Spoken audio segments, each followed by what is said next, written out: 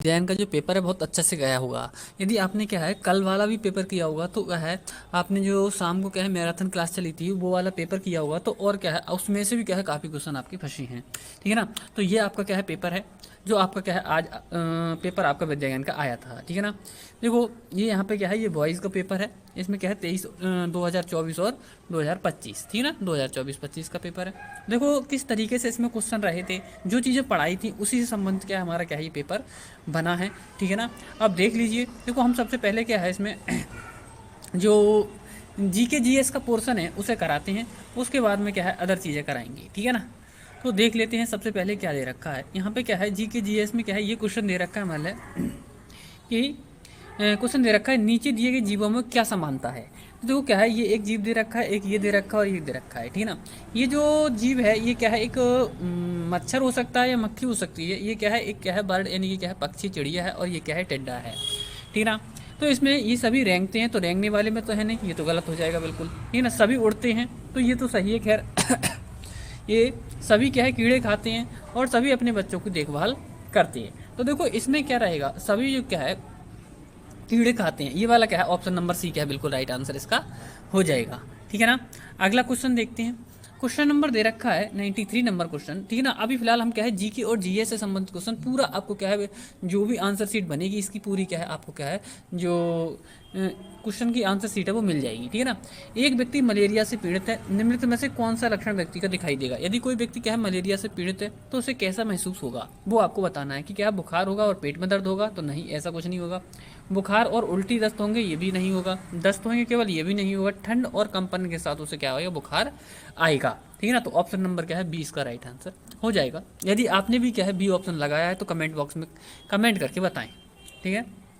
अगला क्वेश्चन है बीज के अंकुरित होने में लगने वाले समय को अंकुरण काल कहते हैं। बीजों के अंकुरण का निम्न कारणों के अनुसार भिन्न हो सकता है। ठीक है ना। यानी ये क्वेश्चन को समझ लो पहले। ये बोला है बीज के अंकुरित होने में लगने वाले समय को अंकुरण काल कहते हैं। बीजों के अंकुरण का निम्न कारणों के अनुसार भिन्न हो सकता है। किस कारण के अनुसार क्या है किस कारण के अनुसार बीजों का क्या है अंकुरण भिन्न हो सकता है। ठीक है ना। तो देखो हवा और धूप, केवल धूप, तापमान और हवा या तापमान और आर्द्रता। ठीक है ना। तो इसमें क्या रहेगा तापमान और आर्द्रता आपका राइट आंसर हो जाएगा। ठीक है। ये हिंदी का पोर्शन आगे पीछे पेज हो गए बच्चों इसमें। ठीक है ना। हम अभी फिलहाल क्या है केवल क्या है जो क्वेश्चन कर रहे हैं वो किसके कर रहे हैं केवल जी के जी एस के। ठीक है ना। आगे देखो क्वेश्चन 95 नंबर क्वेश्चन।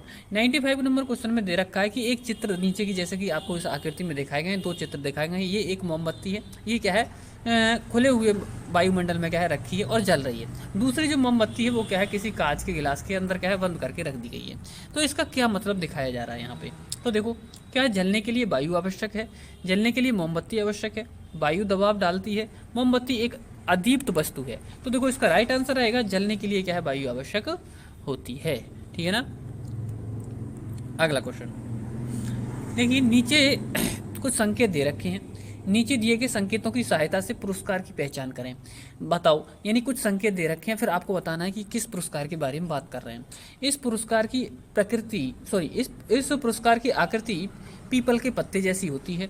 इसके केंद्र में सूर्य और इसकी किरण की आकृति होती है। इसके पृष्ठभाग पर क्या है राष्ट्रीय प्रतीक अंकित होता है। तो ये समझ गए होंगे आप। ये जो ऐसा पीपल के पत्ते की तरह जो क्या है हमारा पुरस्कार होता है वो कौन सा होता है हमारा भारत रत्न। ठीक है ना। कौन सा होता है भारत रत्न। यानी कि क्या है यदि आपने भी क्या है ये डी ऑप्शन लगाया है भारत रत्न लगाया है तो आपका बिल्कुल राइट आंसर हो जाएगा। ठीक है ना। अगला क्वेश्चन देख लीजिए क्वेश्चन नंबर 100 यानी कि लास्ट क्वेश्चन जीके का है हमारा। निम्नलिखित में से कौन सा देशभक्ति गीत रविंद्रनाथ टैगोर ने लिखा था। ठीक है ना। तो देखो यहाँ पे दे रखा है वंदे मातरम, जनगण मन, माँ तुझे सलाम या सारे जहाँ से अच्छा। तो देखो रविंद्रनाथ टैगोर ने जो गीत लिखा था वो कौन सा लिखा था हमारा। देखो यहाँ पे क्या है रविंद्रनाथ एक तो बंकिम चंद्र चटर्जी थे उन्होंने तो क्या लिखा था वंदे मातरम लिखा था। जबकि क्या है रविंद्रनाथ टैगोर ने क्या लिखा था जनगण मन लिखा था। तो यदि आपने क्या है सी ऑप्शन लगाया तो आपको बिल्कुल राइट आंसर हो जाएगा। आगे के क्वेश्चनों की क्या है यदि आप क्या है आगे के क्वेश्चनों की भी क्या है आंसर शीट चाहते हैं तो आप क्या है तुरंत की तुरंत वीडियो को लाइक कर दीजिए। ठीक है ना। तुरंत के तुरंत वीडियो को लाइक कर दीजिए और क्या है आप न्यू हो तो चैनल को सब्सक्राइब कर लीजिए। पूरी क्या है इसमें क्या है आंसर शीट आपको पूरे पेपर की आंसर शीट बताई जाएगी। थैंक यू दोस्तों बहुत जल्दी से।